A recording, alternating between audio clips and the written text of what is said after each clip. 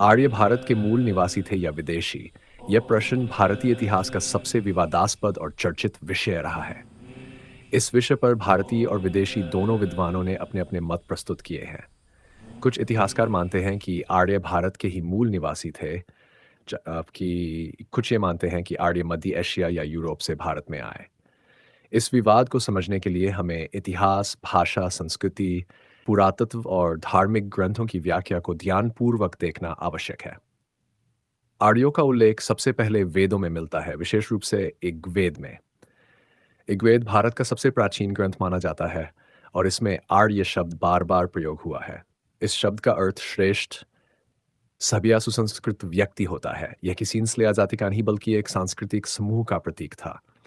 परंतु समय के साथ इसे एक जातीय पहचान के रूप में भी देखा जाने लगा। विदेशी विद्वानों में सबसे पहले मैक्स मूलर ने यह मत प्रस्तुत किया कि आर्य भारत के मूल निवासी नहीं बल्कि वे मध्य एशिया से भारत में आए। उनके अनुसार लगभग 52 बारी ईसा पूर्व के आसपास आर्यों ने उत्तर पश्चिम दिशा से भारत में प्रवेश किया और यहाँ की सिंधु घाटी सभ्यता को पीछे धकेल दिया। इस सिद्धांत को आर्य आक्रमण सिद्धांत कहा गया। मैक्स मूलर और अन्य यूरोपीय विद्वान भाषा विज्ञान के आधार पर इस निष्कर्ष पर पहुंचे। उन्होंने देखा कि संस्कृत, ग्रीक, लैटिन, जर्मन और अंग्रेजी जैसी भाषाओं में कई शब्दों की जड़ समान है। इससे उन्होंने निष्कर्ष निकाला कि इन सभी भाषाओं का एक ही मूल स्रोत है, जिसे उन्होंने इंडो यूरोपियन। इसी से उन्होंने माना कि आर्य जाति यूरोप और एशिया के किसी मध्य भाग से फैली थी और भारत की ओर भी आई।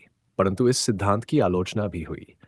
भारतीय इतिहासकारों जैसे श्री अरविंद, बाल गंगाधर तिलक, स्वामी विवेकानंद और दयानंद सरस्वती ने इस मत को पूरी तरह अस्वीकार किया।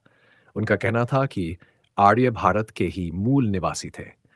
उन्होंने ये तर्क दिया कि वेदों में आर्यों के भारत आने का कोई उल्लेख नहीं है, बल्कि वेदों में जिन नदियों, पर्वतों और स्थानों का वर्णन मिलता है, वे सभी भारतीय भूभाग के ही हैं। उदाहरण के लिए ऋग्वेद में सरस्वती नदी का वर्णन अत्यंत विस्तृत रूप में हुआ है, जो ये दर्शाता है कि वेदकार उसी भूमि पर रहे थे।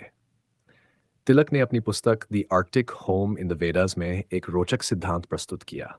उन्होंने कहा कि आर्य कभी उत्तर ध्रुव के समीप रहते थे, लेकिन पृथ्वी के झुकाव के कारण जब उस क्षेत्र में अत्यधिक ठंड बढ़ी, तो वे धीरे धीरे दक्षिण की ओर आए और अंततः भारत में बस गए। तिलक का यह मत वैज्ञानिक और सांस्कृतिक दोनों दृष्टियों से अनोखा था, लेकिन इसे भी सभी विद्वानों ने स्वीकार नहीं किया। पुरातात्विक साक्ष्य भी इस विवाद में महत्वपूर्ण भूमिका निभाते हैं। नानुगिर्स के दशक में जब हड़प्पा और मोहनजोदड़ो की खुदाई हुई, तो एक अत्यंत विकसित नगरीय सभ्यता के प्रमाण मिले। यह सभ्यता आर्यों के आगमन से पहले की मानी गई। विदेशी इतिहासकारों ने कहा कि आर्य आकर इस सभ्यता को नष्ट कर दिए, लेकिन भारतीय विद्वान इस मत से असहमत हैं।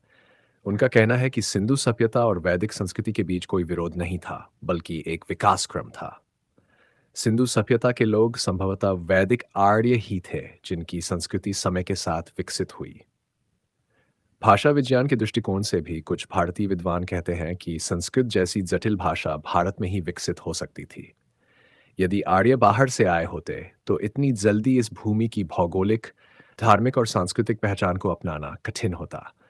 वेदों में जिन नदियों का वर्णन है, जैसे सरस्वती, यमुना, गंगा, शतद्रु, विपाशा आदि, ये सभी भारत की नदियां हैं, जो ये संकेत देती हैं कि वेद रचिता इसी भूमि के निवासी थे। राजनीतिक दृष्टि से भी आक्रमण सिद्धांत का उपयोग औपनिवेशिक ब्रिटिश सत्ता ने किया था।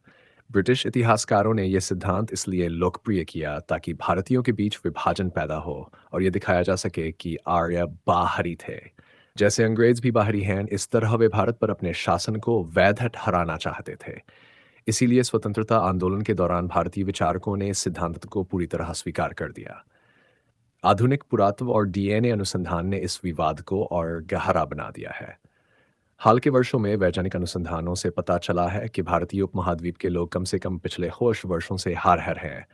विभिन्न जातीय समूहों के बीच आनुवंशिक विविधता तो रहा, परंतु आर्यों जैसे किसी बड़े बाहरी समूह के अचानक आने के प्रमाण नहीं मिलते। कुछ जेनेटिक अध्ययनों से यह संकेत अवश्य मिलता है कि लगभग 2300 ईसा पूर्व के बीच कुछ एशियाई समूहों का भारत में सीमित संपर्क हुआ था, लेकिन वह कोई आक्रमण नहीं बल्कि सांस्कृतिक मिलन जैसा था। वेदों में भी कहीं ये नहीं लिखा है कि आर्य किसी दूसरे देश से आए। वेदों में आर्य और अनार्य का अर्थ सभ्य और असभ्य लोगों के रूप में किया गया है, न कि नस्ल या जाति के रूप में। आर्य शब्द का प्रयोग गुणसूचक था, न कि जन्मसूचक। इसका अर्थ होता था जो सत्य, धर्म और संस्कृति के मार्ग पर चलता है, वही आर्य है। इसलिए यह कहना कि आर्य किसी विदेशी जाति का समूह था, वेदों के मूल अर्थ से मेल नहीं खाता। अगर हम संस्कृति की दृष्टि से देखें तो आर्य संस्कृति और सिंधु सभ्यता दोनों में कई समानताएं हैं। उदाहरण के लिए दोनों में अग्नि पूजा, जल की पवित्रता, यज्ञ की परंपरा और पशुपालन का महत्व मिलता है। सिंधु सभ्यता के अवशेषों में मिले यज्ञ कुंड, अग्निवेदी और प्रतीकात्मक लिंग योनि पूजा के चिन्ह वैदिक परंपराओं से मिलते हैं।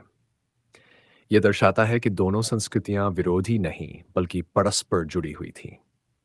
इतिहासकार डीएन झा, रोमिला थापर, इरावती कर्वे आदि ने यह माना कि आर्य संस्कृति का प्रसार भारत के भीतर ही धीरे धीरे हुआ। उन्होंने कहा कि भारत के उत्तर पश्चिमी भाग में बसे कुछ समुदायों ने नई सांस्कृतिक भाषा, सामाजिक और धार्मिक व्यवस्था विकसित की, जिसे बाद में वैदिक आर्य संस्कृति कहा गया। इस दृष्टि से आर्य भारत के ही निवासी थे, जिनकी संस्कृति का प्रभाव धीरे धीरे पूरे उत्तर भारत और फिर दक्षिण भारत तक फैला। दूसरी ओर कुछ आधुनिक भाषा वैज्ञानिक जैसे माइकल विचेल या डी फ्रॉलर जैसे विदेशी विद्वान आज भी ये मानते हैं कि आर्यों के मूल स्थान मध्य एशिया में थे।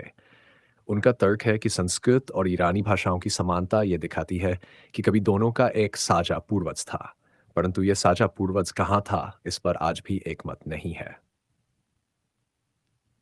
भारतीय परंपरा में आर्यों का उद्गम स्थान हिमालय के दक्षिण में माना गया है। पुराणों में आर्यावर्त का उल्लेख मिलता है, जो हिमालय से विंध्य तक और सागर से समुद्र तक फैला क्षेत्र था। यदि आर्य विदेशी होते तो भारतीय परंपराएं उनका उद्गम भारत में नहीं बताती। इसलिए स्पष्ट है कि भारतीय ग्रंथों में आर्यों को स्वदेशी माना गया है। वास्तविकता शायद यह है कि आर्य न पूरी तरह विदेशी थे, न पूरी तरह एक ही स्थान के।